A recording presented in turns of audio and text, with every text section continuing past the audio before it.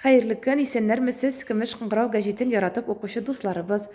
Без сезне бүген бер бик тә яхшы укучыбыз, талантлы укучыбыз Нина белән таныштырып узасыбыз килә. Ул 41-нче мәктәптә, 10-нчы сыйныфта белем ала.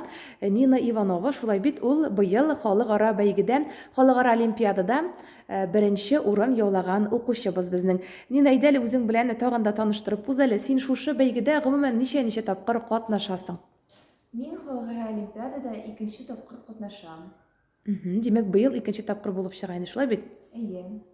Яхшы. Ә менә быелгы олимпиада, узган елгы халыкара олимпиададан нәрсәсе белән аерылды икән?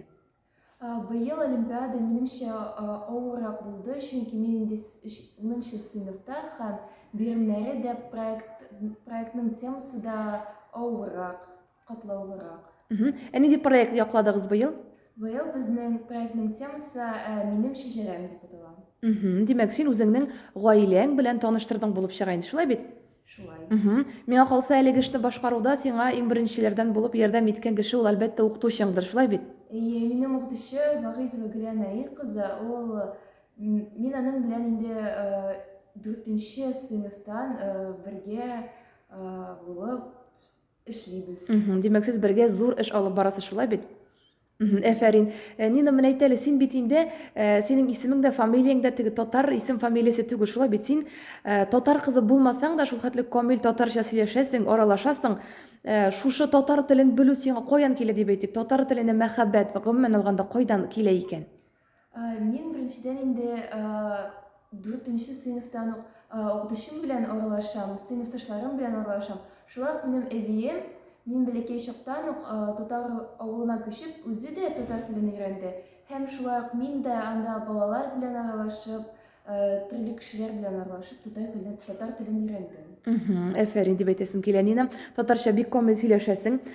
Яңадан да шушы халыкара олимпиадага әйләнеп кайтсак, быел олимпиадада иң авыр тыелган биремне син әйтеп үттең, проект яклау дидең, әйеме? Аннан кала тагын ниндирәк биремнәр бар иде? Ул бит инде безнең берничә этапта үтә, шулай бит? Менә таныштырып үт әле, тагын ниләр башкардыгыз, ниләр эшләдегез сез? Проект яклаудан башка без шулай ук язма эш яздык. Анда татар теле һәм татар әдәбияты һәм татар тарихы бүлекләре керә. Яхшы. Алардан татар тарихы өлешенә мин бик күп внимание, вакыт бирдем. Яхшы.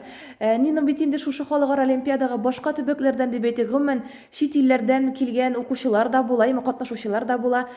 Дуслар, яңа дуслар табасыңмы? Таптыңмы инде дип әйтик? Әйе, олимпиадаларның бер иң олы, иң күңелле өлеше дип әйтик, әйме? Күңелле өлеше ул төрле кешеләр белән аралашушылар, без яңа дусларым белән социаль челтәрләрдә аралашуыбызны